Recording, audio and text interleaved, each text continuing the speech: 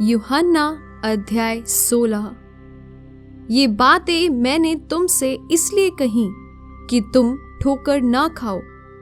वे तुम्हें आराधनालयों में से निकाल देंगे, वरन वह समय आता है कि जो कोई तुम्हें मार डालेगा वह समझेगा कि मैं परमेश्वर की सेवा करता हूँ। ऐसा वे इसलिए करेंगे कि उन्होंने न पिता को जाना है और न मुझे जानते हैं। परंतु ये बातें मैंने इसलिए तुमसे कही कि जब इनका समय आए तो तुम्हें स्मरण आ जाए कि मैंने तुमसे पहले ही कह दिया था। मैंने आरंभ में तुमसे ये बातें इसलिए नहीं कही क्योंकि मैं तुम्हारे साथ था, परंतु अब मैं अपने भेजने वाले के पास जाता हूँ और तुम में से कोई मुझसे नहीं पूछता तू कहाँ जाता है। परंतु मैंने जो ये बातें तुमसे कही हैं इसलिए तुम्हारा मन शोक से भर गया है। तो भी मैं तुमसे सच कहता हूँ कि मेरा जाना तुम्हारे लिए अच्छा है, क्योंकि यदि मैं न जाऊं तो वह सहायक तुम्हारे पास न आएगा, परंतु यदि मैं जाऊंगा तो उसे तुम्हारे पास भेजूंगा। वह आकर संसार को पाप और धार्मिकता और न्याय के विषय में निरुत्तर करेगा। पाप के विषय में इसलिए कि वे मुझ पर विश्वास नहीं करते, और धार्मिकता के विषय में इसलिए कि मैं पिता के पास जाता हूँ और तुम मुझे फिर न देखोगे। न्याय के विषय में इसलिए कि संसार का सरदार दोषी ठहराया गया है। मुझे तुमसे और भी बहुत सी बातें कहनी हैं, परंतु अभी तुम उन्हें सह नहीं सकते।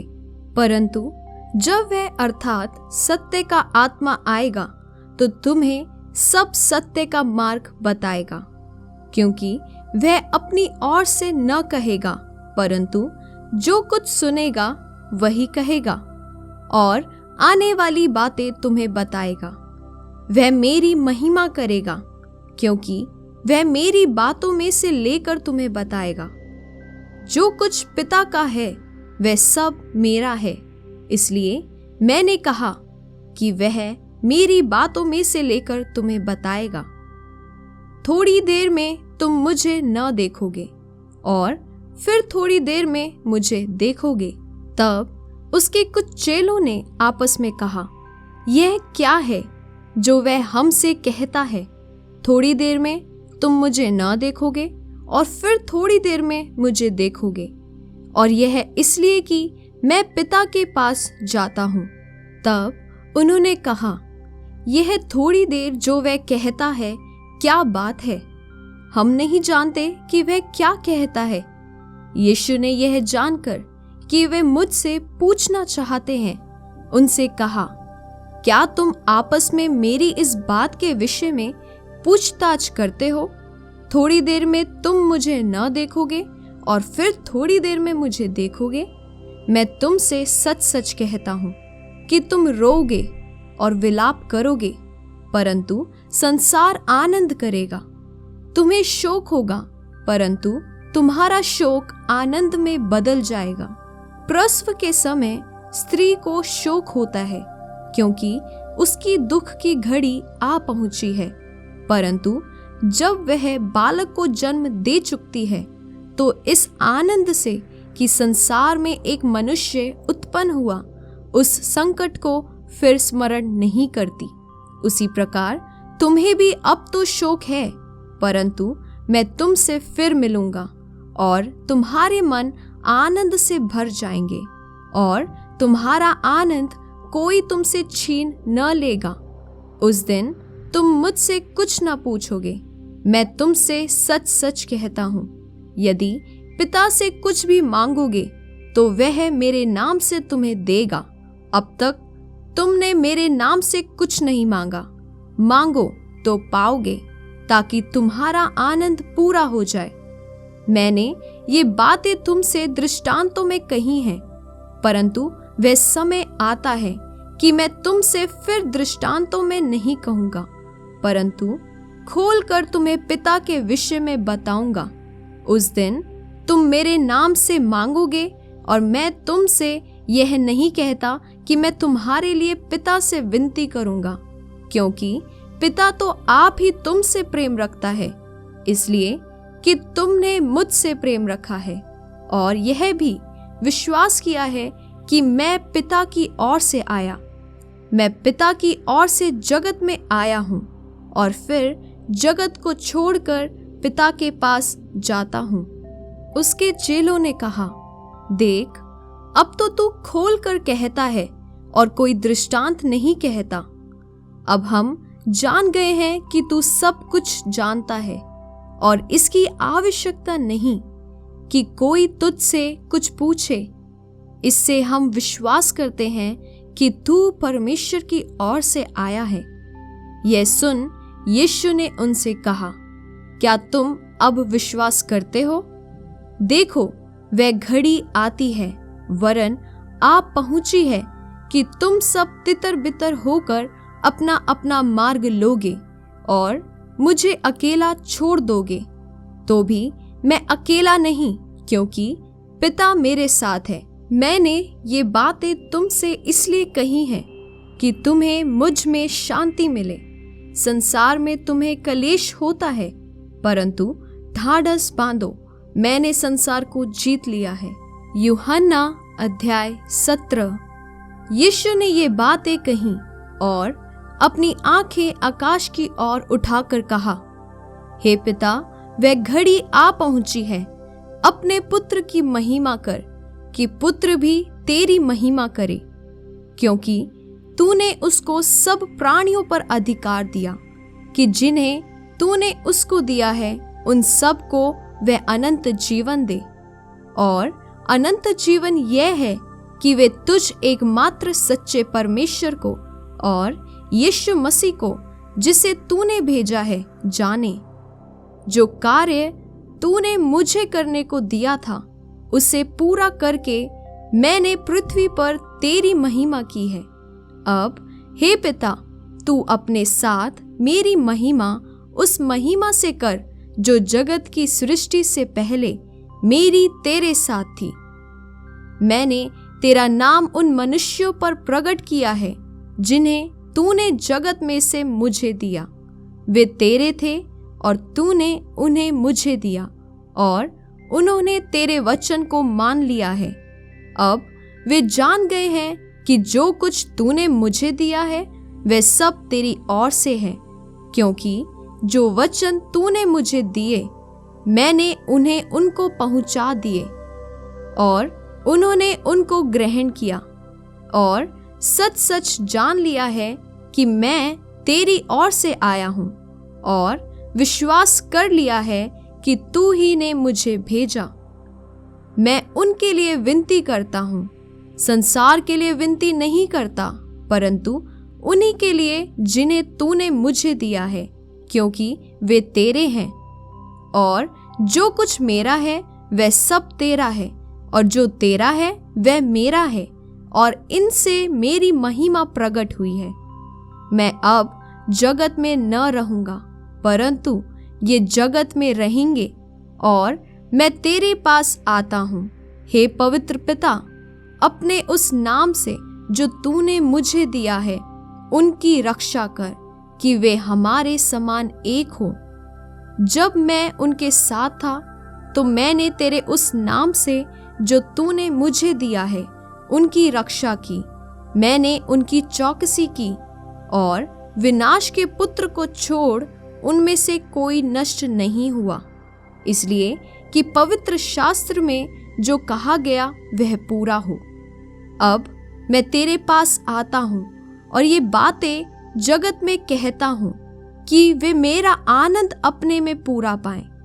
मैंने तेरा वचन उन्हें पहुंचा दिया है, और संसार ने उनसे बैर किया, क्योंकि जैसा मैं संसार का नहीं वैसे ही वे भी संसार के नहीं।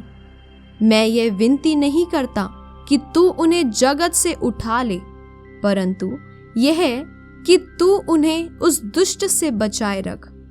जैसे मैं संसार का नहीं वैसे ही वे भी संसार के नहीं।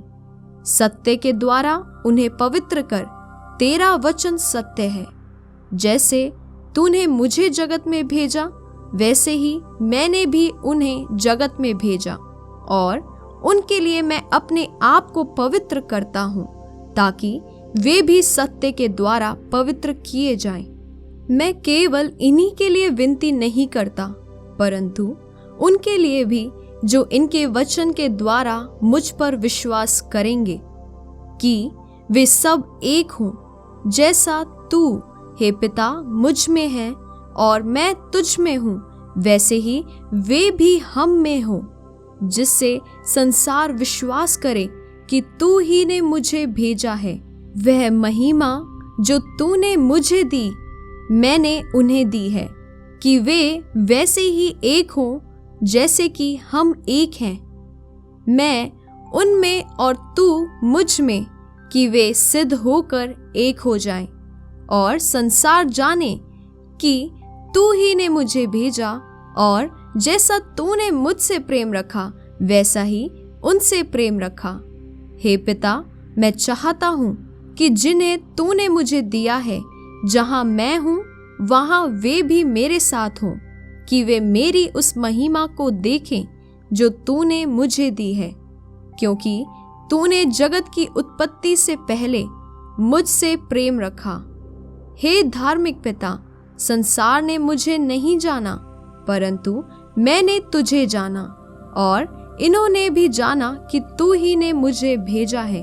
मैंने तेरा नाम उनको बताया और बताता रहूंगा, कि जो प्रेम तुझको मुझसे था वह उनमें रहे और मैं उनमें रहूं। यूहन्ना अध्याय 18।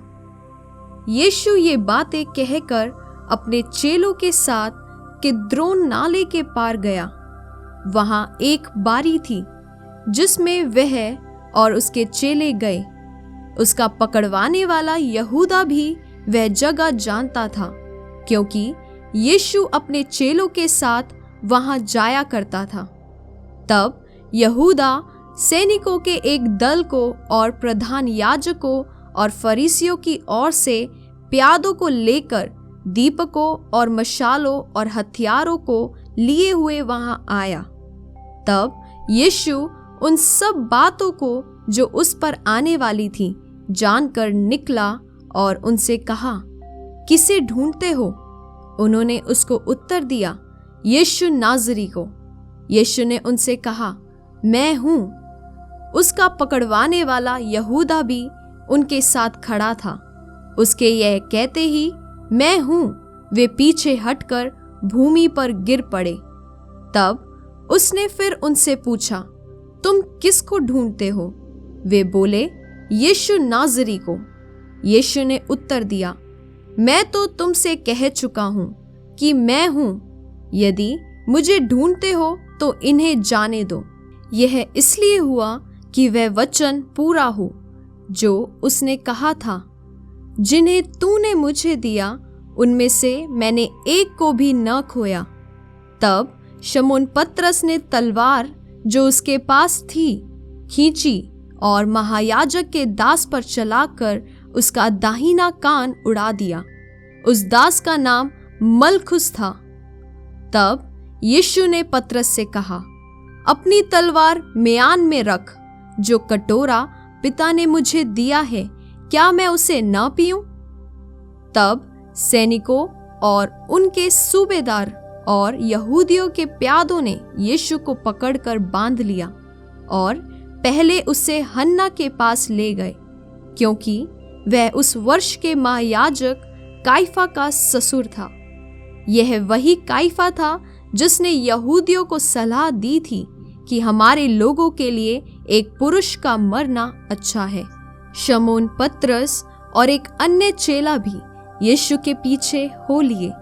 यह चेला महायाजक का जाना पहचाना था, इसलिए वह यीशु के साथ महायाजक के आंगन में गया, परंतु पतरस बाहर द्वार पर खड़ा रहा।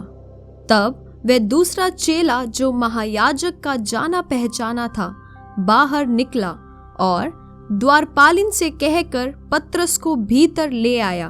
उस दासी ने जो द्वारपालिन थी पतरस से कहा, कहीं तू भी इस मनुष्य के चेलों में से तो नहीं है? उसने कहा, मैं नहीं हूँ। दास और प्यादे जाड़े के कारण कोयले धधकाकर खड़े आग ताप रहे थे और पतरस भी उनके साथ खड़ा आग ताप रहा था। तब महायाजक ने यीशु से उसके चेलों के विषय में और उसके उपदेश के विषय में पूछताछ की। यीशु ने उसको उत्तर दिया, मैंने संसार से खुलकर बातें की। मैंने आराधनालयों और मंदिर में, जहां सब यहूदी इकट्ठे हुआ करते हैं, सदा उपदेश किया और गुप्त में कुछ भी नहीं कहा। तू मुझसे क्यों पूछता है? सुनने वालों से पूछ कि मैंने उनसे क्या कहा। देख, वे जानते हैं कि मैंने क्या क्या कहा।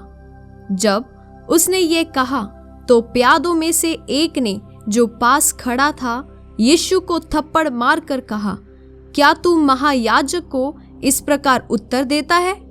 यीशु ने उसे उत्तर दिया, यदि मैंने बुरा कहा तो उस बुराई की गवाही दे, परंतु यदि भला कहा तो मुझे क्यों मारता है? हन्ना ने उसे बंधे हुए काइफा महायाजक के पास भेज दिया। शमौन पतरस खड़ा हुआ आग ताप रहा था। तब उन्होंने उससे कहा, कहीं तू भी उसके चेलों में से तो नहीं है? उसने इनकार करके कहा, मैं नहीं हूं। महायाजक के दासों में से एक, जो उसके कुटुंब में से था, जिसका कान पतरस ने काट डाला था, बोला, क्या मैंने तुझे उसके साथ बारी में नहीं देखा था? पतरस फिर इनकार कर गया और तुरंत मुर्ग ने बांग दी। तब वे यीशु को काइफा के पास से किले को ले गए और भोर का समय था, परंतु वे आप किले के भीतर नहीं गए, ताकि अशुद्ध न हो, परंतु फसह खा सके। तब पिलातुस उनके पास बाहर निकल आया और कहा, तुम इस मनुष्य पर किस बात का आरोप लगाते हो? उन्होंने उसको उत्तर दिया, यदि वह कुकर्मी न होता तो हम उसे तेरे हाथ न सौंपते। पिलातुस ने उनसे कहा, तुम ही इसे ले जाकर अपनी व्यवस्था के अनुसार उसका न्याय करो। यहूदियों ने उससे कहा, हमें अधिकार नहीं कि किसी का प्राण ले। यह इसलिए हुआ कि यीशु की वह बात पूरी हो जो उसने यह संकेत देते हुए कही थी कि उसकी मृत्यु कैसी होगी। तब पिलातुस फिर किले के भीतर गया और यीशु को बुलाकर उससे पूछा, क्या तू यहूदियों का राजा है? यीशु ने उत्तर दिया, क्या तू यह बात अपनी ओर से कहता है या दूसरों ने मेरे विषय में तुझसे यह कहा है? पिलातुस ने उत्तर दिया, क्या मैं यहूदी हूँ? तेरी ही जाति और प्रधान याजकों ने तुझे मेरे हाथ सौंपा है। तूने क्या किया है? यीशु ने उत्तर दिया, मेरा राज्य इस संसार का नहीं। यदि मेरा राज्य इस संसार का होता तो मेरे सेवक लड़ते कि मैं यहूदियों के हाथ सौंपा ना जाता, परंतु मेरा राज्य यहाँ का नहीं। पिलातुस ने उससे कहा, तो क्या तू राजा है? यीशु ने उत्तर दिया, तू कहता है कि मैं राजा हूँ। मैंने इसलिए जन्म लिया और इसलिए संसार में आया हूँ कि सत्य की गवाही दूं। जो कोई सत्य का है वह मेरा शब्द सुनता है। पिलातुस ने उससे कहा, सत्य क्या है? यह कहकर वह फिर यहूदियों के पास निकल गया और उनसे कहा, मैं तो उसमें कुछ दोष नहीं पाता, पर तुम्हारी यह रीति है कि मैं फसह में तुम्हारे लिए एक व्यक्ति को छोड़ दूं। अतः क्या तुम चाहते हो कि मैं तुम्हारे लिए यहूदियों के राजा को छोड़ दूं? तब उन्होंने फिर चिल्लाकर कहा, इसे नहीं, परंतु हमारे लिए बरअब्बा को छोड़ दे। और बरअब्बा डाकू था। यूहन्ना अध्याय 19। इस पर पिलातुस ने यीशु को कोड़े लगवाए। सिपाहियों ने कांटों का मुकुट गूंथकर उसके सिर पर रखा और उसे बैंजनी वस्त्र पहनाया और उसके पास आकर कहने लगे, हे यहूदियों के राजा प्रणाम, और उसे थप्पड़ भी मारे। तब पिलातुस ने फिर बाहर निकलकर लोगों से कहा, देखो, मैं उसे तुम्हारे पास फिर बाहर लाता हूं, ताकि तुम जानो कि मैं उसमें कुछ भी दोष नहीं पाता। तब यीशु कांटों का मुकुट और बैंजनी वस्त्र पहने हुए बाहर निकला, और पिलातुस ने उनसे कहा, देखो यह पुरुष। जब प्रधान याजकों और प्यादों ने उसे देखा तो चिल्लाकर कहा, उसे क्रूस पर चढ़ा, क्रूस पर। पिलातुस ने उनसे कहा, तुम ही उसे लेकर क्रूस पर चढ़ाओ, क्योंकि मैं उसमें कोई दोष नहीं पाता।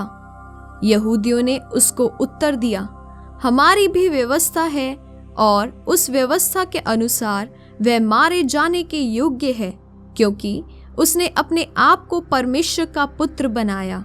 जब पिलातुस ने यह बात सुनी तो और भी डर गया, और फिर किले के भीतर गया और यीशु से कहा, तू कहाँ का है? परंतु यीशु ने उसे कुछ भी उत्तर न दिया। इस पर पिलातुस ने उससे कहा, मुझसे क्यों नहीं बोलता? क्या तू नहीं जानता कि तुझे छोड़ देने का अधिकार मुझे है, और तुझे क्रूस पर चढ़ाने का भी मुझे अधिकार है? यीशु ने उत्तर दिया, यदि तुझे ऊपर से न दिया जाता तो तेरा मुझ पर कुछ अधिकार न होता। इसलिए जिसने मुझे तेरे हाथ पकड़वाया है उसका पाप अधिक है।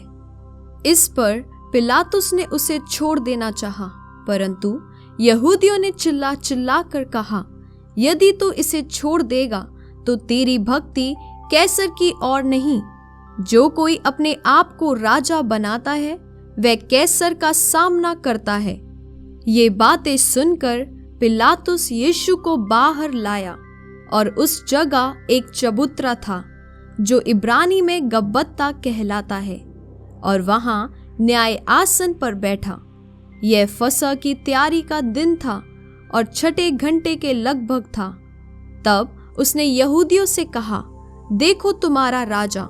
परंतु वे चिल्लाए, ले जा, उसे क्रूस पर चढ़ा।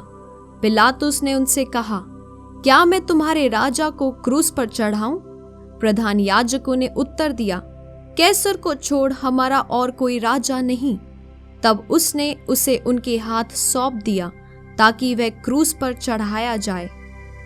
तब वे यीशु को ले गए, और वह अपना क्रूस उठाए हुए उस स्थान तक बाहर गया जो खोपड़ी का स्थान कहलाता है, और इब्रानी में गुलगुत्ता। वहां उन्होंने उसे और उसके साथ और 2 मनुष्य को क्रूस पर चढ़ाया, एक को इधर और एक को उधर, और बीच में यीशु को।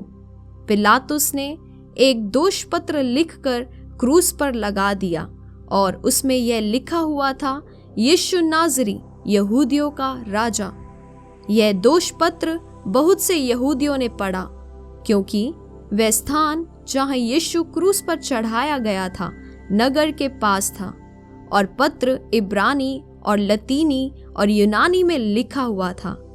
तब यहूदियों के प्रधान याजकों ने पिलातुस से कहा, यहूदियों का राजा मत लिख, परंतु यह है कि उसने कहा, मैं यहूदियों का राजा हूँ। पिलातुस ने उत्तर दिया, मैंने जो लिख दिया वह लिख दिया।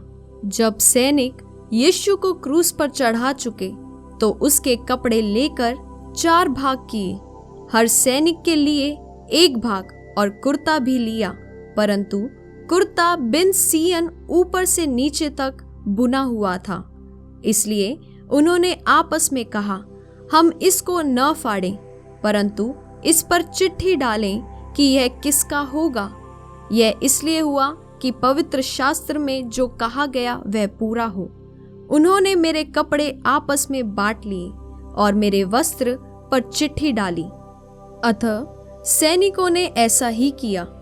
यीशु के क्रूस के पास उसकी माता और उसकी माता की बहन क्लोपास की पत्नी मरियम और मरियम मगदलीनी खड़ी थी। जब यीशु ने अपनी माता और उस चेले को जिससे वह प्रेम रखता था पास खड़े देखा तो अपनी माता से कहा, हे नारी, देख यह तेरा पुत्र है। तब उसने चेले से कहा, यह तेरी माता है। और उसी समय से वह चेला उसे अपने घर ले गया।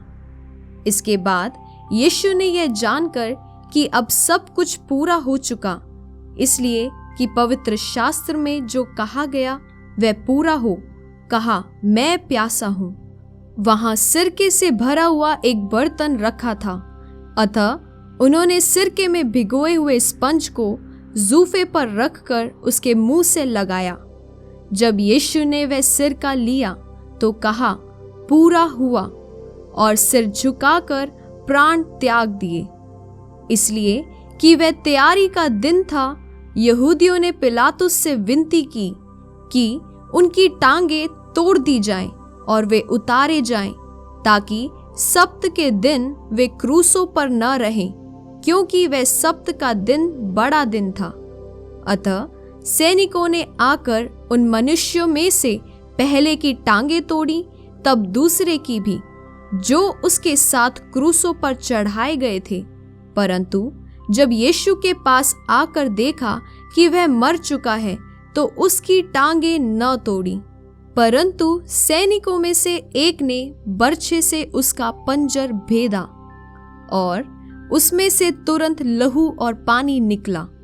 जिसने यह देखा उसने गवाही दी है, और उसकी गवाही सच्ची है, और वह जानता है कि वह सच कहता है कि तुम भी विश्वास करो।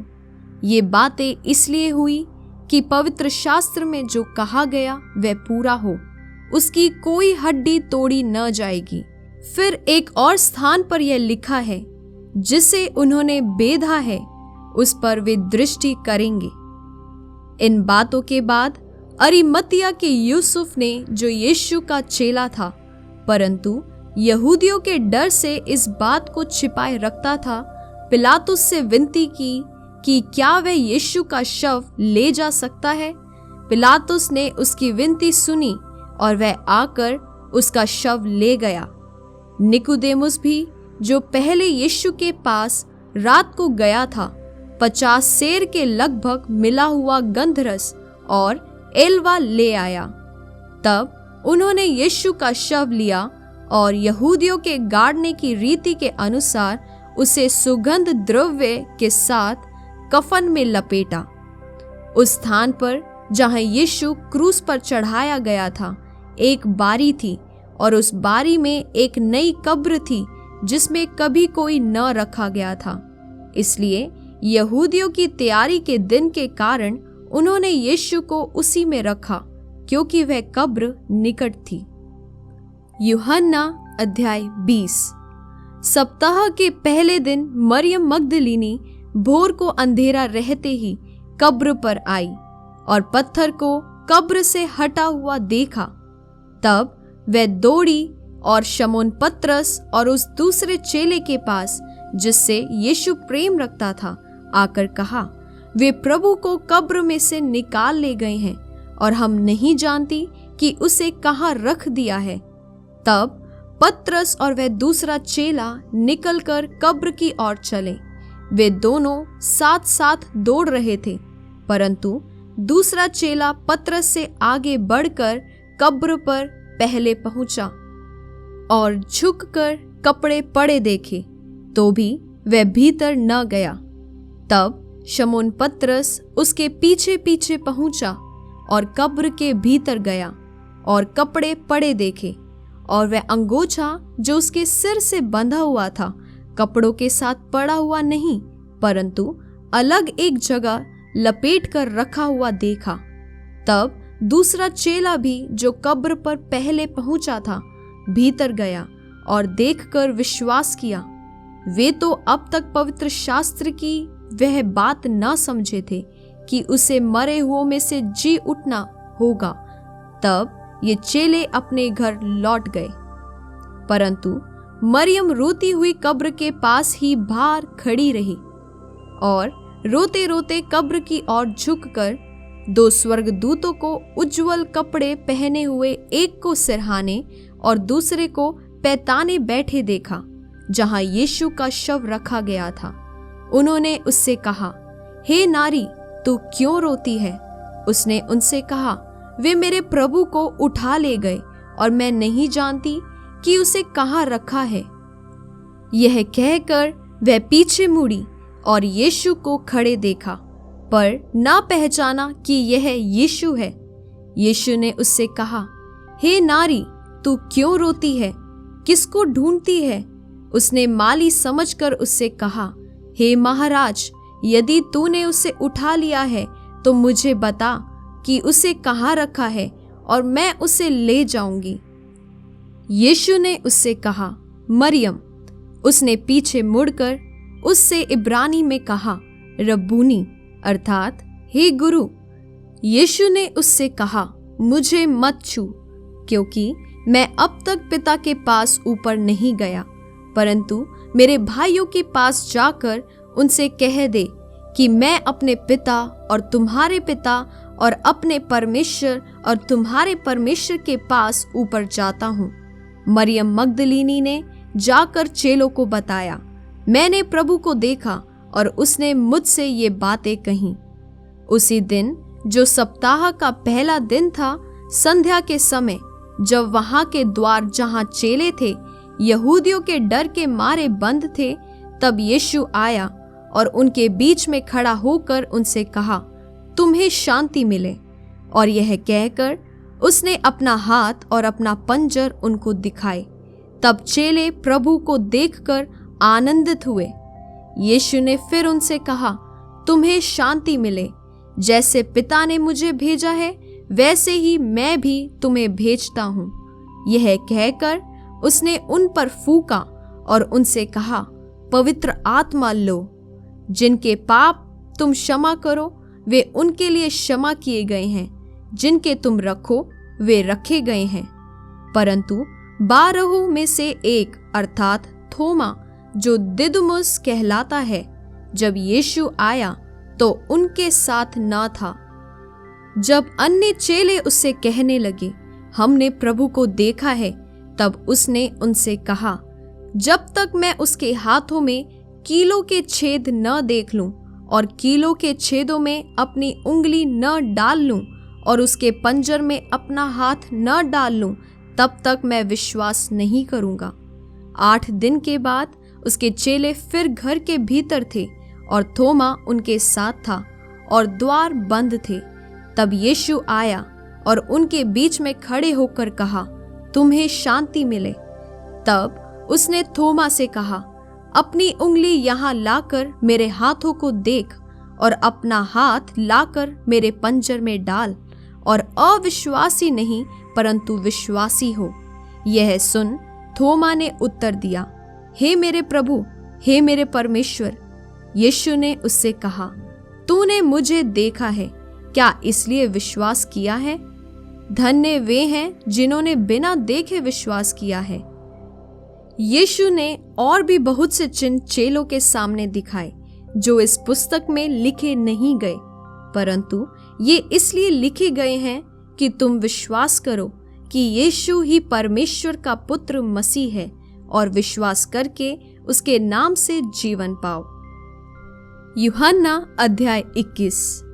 इन बातों के बाद यीशु ने अपने आप को तिबिरियास झील के किनारे चेलों पर प्रकट किया और इस रीति से प्रकट किया, शमौन पतरस और थोमा जो दिदुमुस कहलाता है और गलील के काना नगर का नतनेल और जब्दी के पुत्र और उसके चेलों में से 2 और जन इकट्ठे थे। शमौन पतरस ने उनसे कहा, मैं मछली पकड़ने जा रहा हूँ। उन्होंने उससे कहा, हम भी तेरे साथ चलते हैं। अतः वे निकलकर नाव पर चढ़े, परंतु उस रात कुछ ना पकड़ा। भोर होते ही यीशु किनारे पर आ खड़ा हुआ, तो भी चेलों ने नहीं पहचाना कि यह यीशु है। तब यीशु ने उनसे कहा, हे बालकों, क्या तुम्हारे पास कुछ मछलियां हैं? उन्होंने उत्तर दिया, नहीं। उसने उनसे कहा, नाव की दाहिनी ओर जाल डालो तो पाओगे। अतः उन्होंने जाल डाला और अब मछलियों की बहुतायत के कारण उसे खींच न सके। तब उस चेले ने, जिससे यीशु प्रेम रखता था, पतरस से कहा, यह तो प्रभु है। शमौन पतरस ने यह सुनकर कि वह प्रभु है, कमर में अंगरखा कस लिया, क्योंकि वह नंगा था, और झील में कूद पड़ा। परंतु दूसरे चेले डोंगी पर मछलियों से भरा हुआ जाल खींचते हुए आए, क्योंकि वे किनारे से अधिक दूर नहीं, पर कोई 200 हाथ पर थे। जब वे किनारे पर उतरे तो उन्होंने कोयले की आग और उस पर मछली रखी हुई और रोटी देखी। यीशु ने उनसे कहा, जो मछलियां तुमने अभी पकड़ी हैं उनमें से कुछ लाओ। तो शमौन पतरस ने डोंगी पर चढ़कर 153 बड़ी मछलियों से भरा हुआ जाल किनारे पर खींचा, और इतनी मछलियां होने पर भी जाल ना फटा। यीशु ने उनसे कहा, आओ भोजन करो। चेलों में से किसी को साहस न हुआ कि उससे पूछे, तू कौन है? क्योंकि वे जानते थे कि यह प्रभु ही है। यीशु आया और रोटी लेकर उन्हें दी, और वैसे ही मछली भी। यह तीसरी बार है कि यीशु मरे हुओं में से जी उठने के बाद चेलों को दिखाई दिया। भोजन करने के बाद यीशु ने शमौन पतरस से कहा, हे शमौन, यूहन्ना के पुत्र, क्या तू इनसे बढ़कर मुझसे प्रेम रखता है? उसने उससे कहा, हाँ प्रभु, तू तो जानता है कि मैं तुझसे प्रीति रखता हूँ। उसने उससे कहा, मेरे मेमनों को चरा। उसने फिर दूसरी बार उससे कहा, हे शमौन, यूहन्ना के पुत्र, क्या तू मुझसे प्रेम रखता है? उसने उससे कहा, हाँ प्रभु, तू जानता है कि मैं तुझसे प्रीति रखता हूँ। उसने उससे कहा, मेरी भेड़ों की रखवाली कर। उसने तीसरी बार उससे कहा, हे शमौन, यूहन्ना के पुत्र, क्या तू मुझसे प्रीति रखता है? पतरस उदास हुआ कि उसने उससे तीसरी बार ऐसा कहा, क्या तू मुझसे प्रीति रखता है? और उससे कहा, हे प्रभु, तू तो सब कुछ जानता है, तू यह जानता है कि मैं तुझसे प्रीति रखता हूँ। यीशु ने उससे कहा, मेरी भेड़ों को चरा। मैं तुझसे सच सच कहता हूँ, जब तू जवान था तो अपनी कमर बांधकर जहाँ चाहता था वहाँ फिरता था, परंतु जब तू बूढ़ा होगा तो अपने हाथ फैलाएगा और दूसरा तेरी कमर बांधकर जहाँ तू ना चाहेगा वहाँ तुझे ले जाएगा।